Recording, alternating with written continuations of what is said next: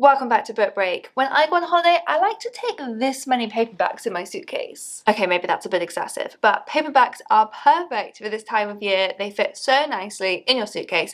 So in this video, I'm here to tell you about a bunch, you just saw how big that pile was, a bunch of new paperbacks that I think are perfect for your holiday reading this year. And we've got a range of different genres, so there is something for everyone in here, so strap in. Literally, because starting with Cross the Line by Simone Saltani, this is a Formula One romance. It's been really buzzy. It's set in Monaco. It's a romance between an F1 driver and a social media professional.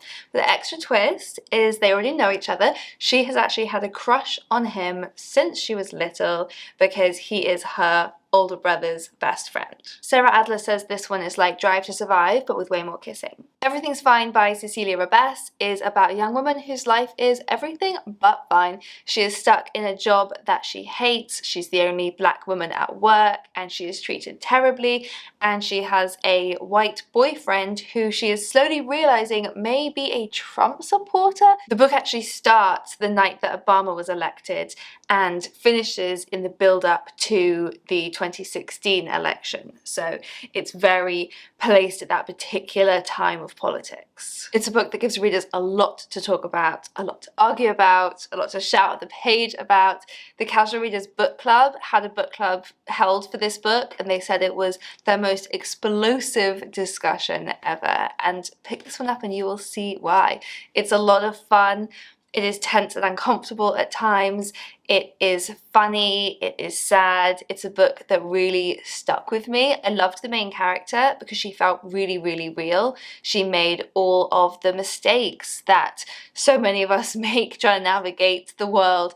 She had so many of the same dreams and ambitions and conflicts of how she was living her life compared to the values that she held. So I think she was a really interesting and nuanced main character who may not always make the decisions that you would agree with, but is fascinating to read about. For some really fun fantasy, Masters of Death by Olivia Blake is a romantic adventure with a vampire, a ghost, the godson of death, an angel, a whole cast of fascinating characters who are all brought together to play a game. And the stakes are high. This was actually the first Olivia Blake that I ever read. We did it for a Book Break book club, which I will link to below so you can see how we got on, and I absolutely loved it. Olivia Blake has such a fun writing style. She's really witty, and so I was so drawn into this world and wanted to play this game. You may know Olivia Blake also writes under her real name, Alexine Farrell Fulmouth. She writes YA books, like this one, Twelfth Night, which is a retelling of Twelfth Night, except this time it's Night with a K. And there's a game in this one too, an online role-playing game called Twelfth Night, which is where our characters meet, one of them under an alter ego, and they might just fall in love, online and offline. You'll have to read to find out.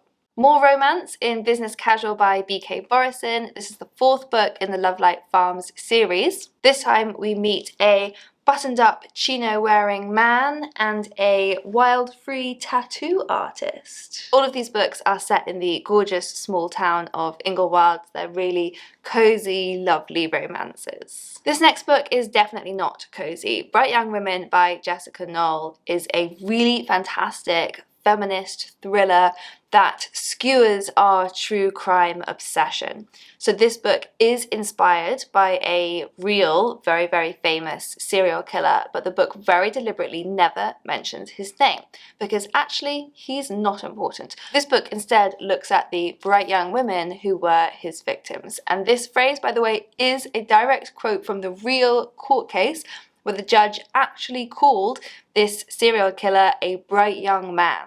This is the way that men who are violent against women have been glorified and glamorized in so many ways. And so Jessica Knoll is taking issue with that. She has written a feminist rebuttal that looks at the women and it looks at the system that allowed violence against women. I know, as a true crime fan myself, I will never quite look at true crime in quite the same way. Again, this book was brilliant, really thought-provoking. The Blonde Identity by Ali Carter is a really fun take on the Bourne Identity type of movies. So this is about a woman who wakes up in Paris with no memory. She doesn't know who she is. All she knows is the hottest guy she has ever seen is standing over her, and people keep trying to kill her. So it's a really fun, fast-paced, action-packed rom-com. Ali Carter, by the way, is the writer of the screenplay for the Netflix Christmas hit, A Castle for Christmas, which I loved, so hopefully that should sell you even more on this book. Becky by Sarah May is a lot of fun. So this book takes a look at 90s tabloid culture, and you will recognize some stories from the news at the time, retold in a really, really clever way, because the structure of this book follows the story of Vanity Fair. So you get characters from Vanity Fair brought into the more modern day, so it's set in the 90s, and it's amazing how well those kind of timeless characters work in that newsroom setting. And you don't have to have read Vanity Fair, because Sarah May has re-brought that story to life in a whole new way here. So if this is your first introduction to that story, you will be sucked straight into this world. The main character is a young woman called Becky who is determined to get to the top of her career, and she doesn't care who she has to trample on her way there. So she is a wonderfully ruthless character to follow. I love getting to read about that kind of person that a lot of us will feel like we never quite wanted to be, but also never quite dared to be. And it's quite fun to get to step into those shoes. If you want something terrifyingly page-turning, All of Us Are Broken by Fiona Cummins is a thriller following the detective Saul Anguish, who you may recognise. He's appeared in a few of Fiona Cummins' books. He is a detective with a very troubled past, so he is a really intriguing and kind of sinister character to read about anyway. But as a detective, the case that he is looking at in this book is that of a family on a family holiday whose paths have coincided with that of a murderous couple on a killing spree. I always really enjoy Fiona Cummins' thrillers. They are properly dark and twisty and breathless, and once you start, you will not be able to stop reading until you've got to the end. Another thriller author that I always really enjoy is C.M. Ewan. So he writes thrillers that are based on seemingly mundane situations that turn terrifying. So for example, he had a book set in a job interview, already something very scary, but you were not predicting the way this interview was going to go. And this book, The House Hunt, is about an estate agent coming to view your house. Seems simple, but the estate agent calls saying that she's running late, and instead she's going to send a man to look around the house in her place. So you let this man in, but as he is touring the house, you realise that something is wrong. This man is now in your house. C.M. Ewan's books are always properly heart-racing thrillers. They really terrify me because so many of these situations feel almost plausible. So you're constantly thinking, what if this happened to me? Dishonestly Yours by Krista and Becky Ritchie is an angsty romance with main characters trying to leave behind their family's life of crime. They come from families of con artists, and they are forever tangled in a web of lies that they can't quite seem to leave in the past. So it's a gritty romance, but it's also a story of two best friends trying to start their life anew. For something completely different, and maybe completely different from anything you've ever read, Open Throat by Henry Hope is one of my favourite paperbacks of the year.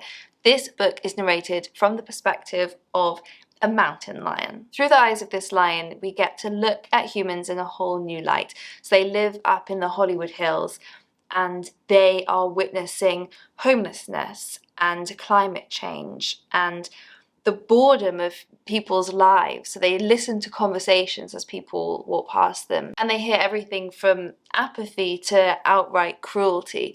And when this is all seen from the perspective of a creature of nature, it really opens your eyes to it in a whole new way. Because of course the lion doesn't really know what's going on and is confused by the human's behaviour, and so when you see it that way, you also are quite confused by the human's behaviour. And one final little bonus of this book is that it is very slim, really good for fitting in your suitcase, and you will read it very quickly because the writing itself is really sparse. Every word on the page counts. It's a beautiful novel, and it is funny and original, and I really recommend it. Another very quirky novel is Sea Change by Gina Chung. So the main character in this book is a girl called Ro, whose best friend is a giant octopus that lives at the aquarium where Ro works. But the aquarium have just announced that they are planning to sell the octopus, Dolores. So Ro is heartbroken, especially because she is already heartbroken because her boyfriend just set off with a one-way ticket to Mars and he's not coming back. He's gone on a project to colonize Mars and leave Earth behind forever. So as you can see, it's another very unusual novel, but it is really about grief and mental health. And I loved the way that this novel brought those emotions to light in unusual ways. Locks by Ashley Nugent is a novel about a mixed-race teenager from Liverpool and how he ends up locked up in a Jamaican detention centre. It is a story about identity, about the identities that are thrust upon you. So Eon, the main character in this book, when he's at home in Liverpool, he is seen as black, whereas when he goes to Jamaica, thinking that he might connect with his roots there, he is seen as white. It's also about how the identities that are thrust upon us from the outside can become self-fulfilling prophecies. If you are seen as a criminal, you're more likely to become a criminal, for example. And I actually got to go with the author Ashley Nugent into Brixton Prison to talk about this book to some of the men there, which was really interesting. Ashley Nugent is such a brilliant speaker, and this novel is kind of loosely inspired by some of his own experiences as a teenager, and so it was really inspirational getting to hear him talking about that and his journey. It was also very cool getting to see what a great reaction he got from reading out extracts of this book in the prison library. It went down really well. For some historical fiction, Mrs. Porter Calling is actually book number 3 in the Emmy Lake Chronicles. So this series started with Dear Mrs. Bird. This series is set in London during the Blitz, and it's about a young woman called Emmy who wants to work as a foreign correspondent. And she ends up getting a job in a magazine, a rather old-fashioned magazine called Women's Friend, and she is working for the agony aunt there. And so through the series, we have seen her progress through her career at this magazine and make friends and lose friends. And the books are really funny in the way they're written. They're very light, they're delightful to read, they're really, really charming. But of course, because of the setting, they also can be heartbreaking. These characters have to go through a lot of grief. So Mrs. Porter Calling is the 3rd book in the series, and I absolutely loved it. This is about them having to try to save their magazine from the hands of the new, clueless, rich owner who has just bought it and wants to completely change it without understanding the audience that Emmy and her colleagues have really learned to know and love. Talking of books that make you smile and also make you cry, Before We Say Goodbye by Toshikazu Kawaguchi is book number 4 in the Before the Coffee Gets Cold series. Book number 5 is coming out in hardback this autumn, so it's the perfect time to catch up with the paperback of this one.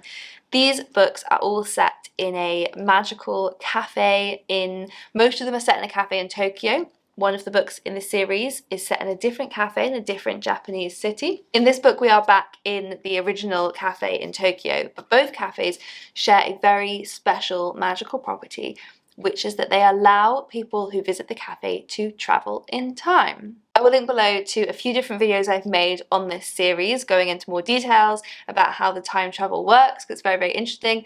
I also did a video ranking the books in order of how much they made me cry, because they will make you cry. Each book is made up of 4 different little vignettes about different customers who visit the cafe for different reasons and why they want to travel in time and who they want to meet. And a lot of those reasons are really emotional, whether they are happy or sad. This book will make you feel a lot of feelings. Short stories are a great thing to take on holiday if you want to just slip in a little story here and there, either side of getting in the pool, jumping in the sea, whatever it is that you like to do on your holidays. And the queen of writing short stories has to be Jhumpa Lahiri. So her collection, Roman Stories, is just a masterclass in the art of the short story. The stories are set in Rome, a city that Jhumpa Lahiri loves, and she actually wrote these stories initially in Italian, and then along with Todd Portnowitz has translated them herself into English.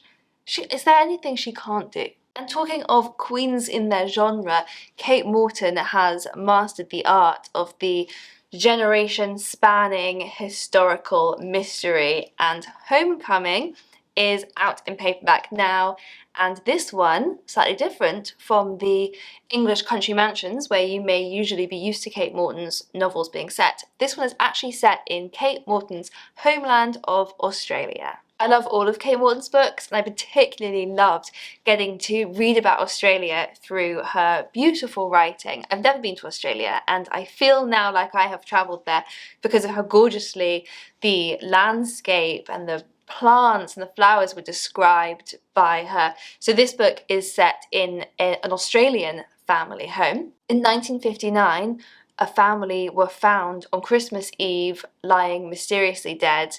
This case was never solved. In the present day, a young woman called Jess is travelling home from London to Australia back to her family home because her grandmother is very ill, and she is going to start looking into the history of this case and see how it all fits together through the generations.